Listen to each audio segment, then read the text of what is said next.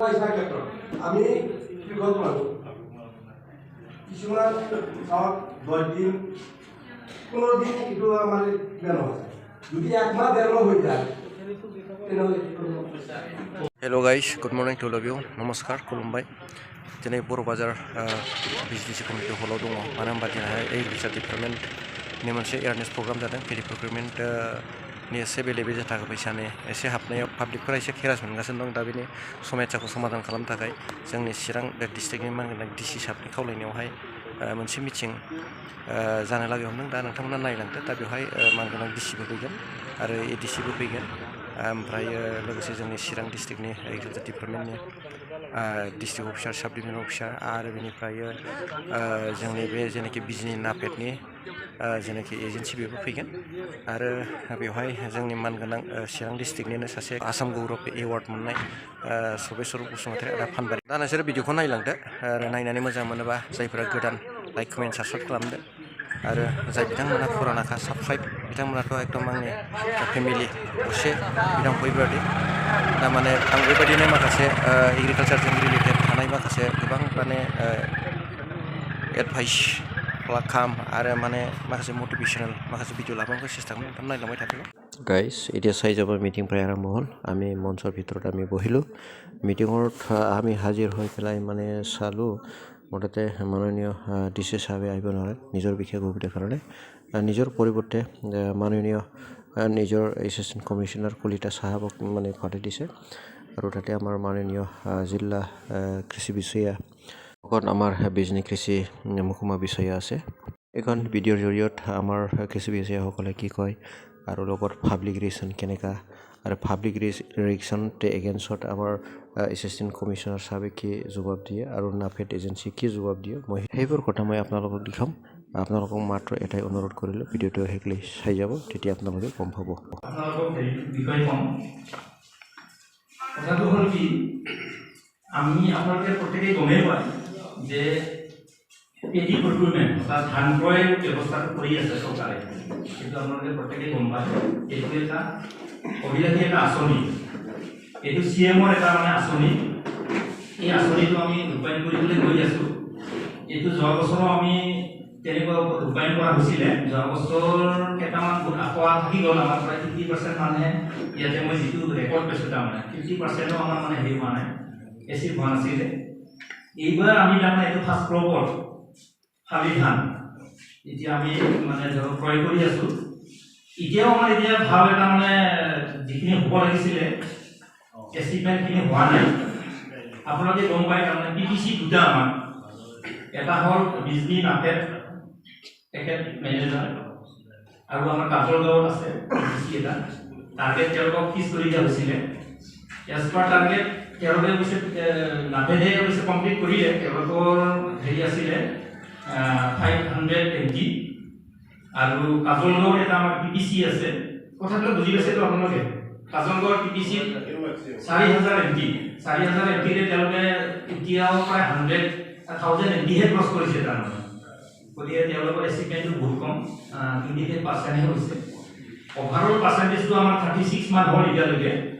গতিকে আমি এই দুমাহ আঢ়ৈ মাহত আমাৰ ধৰক আমি কৰিলোঁ ডিচেম্বৰ জানুৱাৰী ফেব্ৰুৱাৰী ধৰক আঢ়ৈ মাহত আমি 35% আমি এচিভ কৰিছোঁ তাৰমানে আৰু আমাৰ প্ৰায় 65% এচিভ কৰিবলৈ বাকী আছে গতিকে এই 65টো আমি ভাবিছোঁ তাৰমানে কেনেকৈ আমি এচিভ কৰিব পাৰোঁ তাৰমানে এই সম্পৰ্কতে আমি আজি অলপ ইয়াতে কথা পাতিম আমাৰ লগত খোলাখুলিকৈ পাতিম কাৰণ নিশ্চয় কিবা এটা আশা আছে এই আশাবিলাকো আমি দূৰ কৰিম সেইকাৰণে আমি PPC মেনেজাৰ কৰি ইয়ালৈ মাতিছোঁ আৰু ইয়াতে আমাৰ DC ছাৰৰ অহাৰ সম্ভাৱনাটো আছে তেখেত হয়তো আহিব তাৰমানে মিটিংখন তেখেতে কৰিব দিছিলে মোক তাৰমানে মাতি কৈছিলে যে মিটিং এখন কৰিব লাগে প্ৰগ্ৰেছটো কম হৈ আছে আৰু CMA সদায় মানে এইটো মানে ৰিভিউ কৰি থাকে তাৰমানে যিহেতু CMA ৰিভিউ কৰে সেইকাৰণে তাৰমানে প্ৰেছাৰটো DCত যায় তাৰমানে DC আকৌ আমাক প্ৰেছাৰটো দিয়ে তাৰমানে আপোনালোকৰ প্ৰগ্ৰেছটো কিয় ইমান কম হৈ আছে গতিকে আমি বাই হুক এণ্ড বাই ক্ৰুক আমি কেনেবাকৈ মানে ধৰক প্ৰগ্ৰেছটো আমি বঢ়াব লাগে তাৰমানে মানে ধৰক এই স্কিমটো ইমপ্লিমেণ্ট কৰিবলৈ লৈছে এই কথাটো আপোনালোকে অলপ মন কৰিব লাগে তাৰমানে যেহেতু বজাৰৰ দামৰ ধানৰ দামটো অতি কম এতিয়া অৱশ্যে এতিয়া অলপ বাঢ়ি আছে 600 বা 700 ঠিক পিৰিয়ডত 500 টকা এতিয়া আপোনালোকে আমাৰ মাননীয় বিজনী মহকুমা কৃষি বিষয়া দ্বীপৰ মূল্যৱান ভাষ্যতে আপোনালোকে শুনি ল'ব। নমস্কাৰ কৰিছোঁ। এই মাৰ্কেটিংটো হৈছে কমপ্লিটলি অনলাইন মাৰ্কেটিং মানে ডাইৰেক্ট যেনেকৈ আমি জোতা চেণ্ডেল নানানটা জিন্স লফেন এইবোৰ ডাইৰেক্ট কোম্পানীৰ পৰা আমি কি কৰোঁ অনলাইনত আমি কিনো এই ধৰণে আপোনালোকে কৃষকসকলেও তাৰমানে ডাইৰেক্ট আপুনি মাজত কোনো দালাল নোহোৱাকৈ কৃষক ৰাইজে ধানটো যিটো চৰকাৰে MSP দিছে মিনিমাম চাপৰ প্ৰাইচ 817 টকা কিন্তু এটা আমাৰ কাৰণে খুব এটা নতুন যুগ।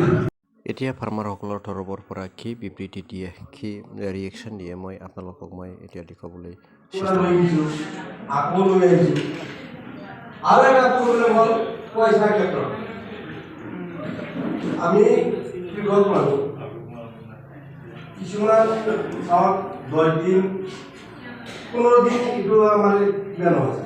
যদি একমাহ 1.5 মাহ হৈ যায় তেনেহ'লে সমস্যা আহে আৰু এনেকুৱা সমস্যা আমাৰ আছে এই সময়ত আমাৰ এই গ্ৰামসকলে আমি এনেকুৱা পেচা দিছে ছাৰ ঘৰে ঘৰে সোমাইছে এই আপোনাক আমি কাৰ্ড বনাই দিছোঁ কিয় ধান নিদিয়ে ধানটো আপোনাৰ আছে হয় ছাৰ মোৰ ধান আছে এতিয়া আমাৰ বিহত যাব লাগে বৰষুণ আহিব আমাৰ এই ভিডিঅ' চাই বন্ধ কৰিছে এতিয়া বন্ধৰ দিন অৰ্থাৎ ধান দিবাই নকৰিছে চাই পইচা দিছে তথাপিও আমি আমালোকে যিখিনি পালন কৰিছে এখনকে আমি এগ্ৰিকালচাৰ বৈ থকা নাই আৰু আমি ডিচি ছাৰ অহাৰ কাৰণে আমি আহিছিলোঁ টাউনত কিন্তু ডিচি ছাৰ আহে আপোনালোকক আমাৰ থ্ৰুতে আপোনালোকক অৱগত কৰাব ডিচি ছাৰ কাৰণ আমাৰ ইৰিগেশ্যন আমাৰ যিটো মংগোলিয়ান এৰিয়া হয় কোনো আমাৰ 5,000 টকা মাটি এনেকুৱা অৱস্থা এইবাৰ হৈছে ধান মানে ইমান বেছি হোৱা মাটি আছে ধান বেছি হোৱা এটা চুইচ গেট আছে এই চুইচ গেট কিনি আমি বহুত দিনৰ পৰা মানে মাটি কৰি আছোঁ মহাজনৰ পৰা আছোঁ আজিলৈকে পানীৰ কোনো ব্যৱস্থা নাই ভাঙি থাকি হৈছে ইমানখিনি মাটি হয় ছাৰ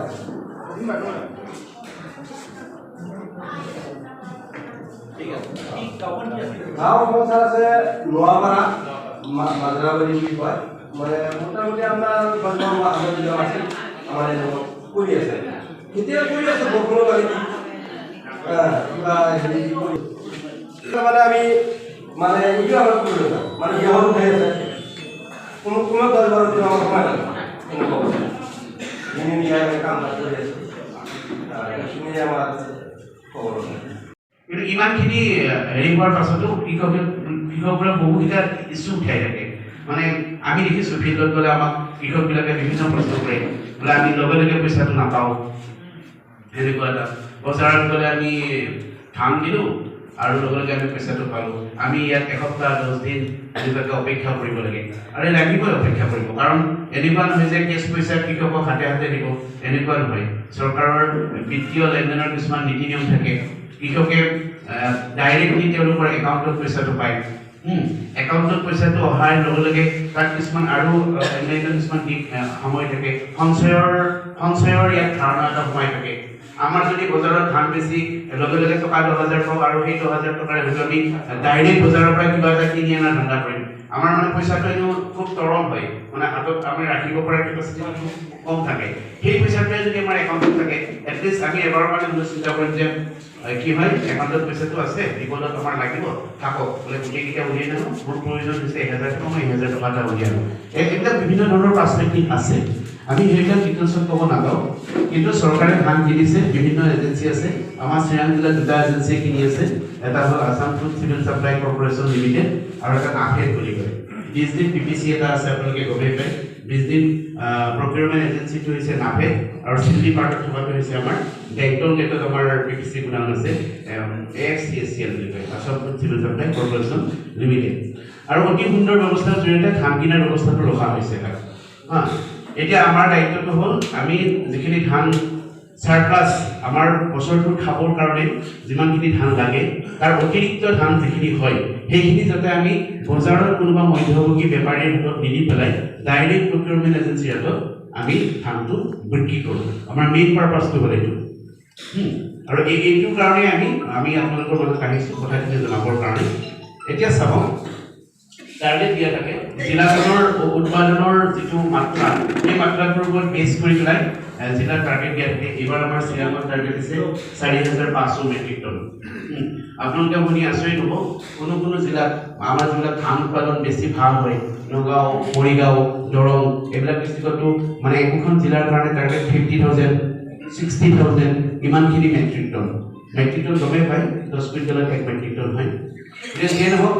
আমি এতিয়া টাৰ্গেটৰ কিনে আগবাঢ়িছোঁ আমাৰ ডিষ্ট্ৰিক্টত ওভাৰঅল প্ৰায় 1,500 এমটি মান কিনা হৈছে 30% পাৰ হৈ গৈছে আমাৰ কিন্তু আমি 100% আমি কৰিব লাগিব আৰু এই 100% কৰিবৰ কাৰণে আপোনালোকৰ খেতিয়কখিনিৰ যিটো উৎসাহ আগ্ৰহ আৰু আমাৰ যিখিনি বিষয়ববীয়া এগ্ৰিকালচাৰ ডিপাৰ্টমেণ্ট বা ফুড চিভিল ছাপ্লাই ডিপাৰ্টমেণ্ট এইবিলাক গোটেইখিনি আমাৰ এটা মানে কি হয় এটা টিম ৱৰ্কত আমি কামটো কৰিলেহে আমি আমাৰ ইচ্ছিত যিটো আমাক টাৰ্গেট দিয়া হৈছে এই টাৰ্গেটটো আমি পাম NAFED Agency ৰিতম সাহায়ে কি ক'লে পেমেণ্টৰ বিষয়ে আপোনালোকে শুনি ল'ব ইয়াতে কিবা পেমেণ্টৰ এটা ইছ্যু উঠিছিল মাজত 15-20 দিন পেমেণ্টটো পোৱা নাই আমাৰ কিবা ভিতৰৰ কিবা প্ৰব্লেম আছে কাৰণে হোৱা নাই এতিয়া প্ৰব্লেমটো ঠিক হৈ গৈছে আশা কৰোঁ আপোনালোকে হাজিৰ NAFED Agency ৰিতম সাহায়ে কি ক'লে আপোনালোকে শুনিলে ন তাই ক'লে মানে প্ৰত্যেকজন ফাৰ্মাৰৰ ক্ৰয় কৰাৰ ধানৰ টকাটো 1 সপ্তাহৰ পিছতে দিয়াৰ প্ৰতিশ্ৰুতি দি দিলে এতিয়া আপোনালোকে মুঠতে ক্ৰয় কেন্দ্ৰলৈ আপোনালোকে আনিব পাৰিব নিশ্চিন্ত হিচাপে thank you see you next video'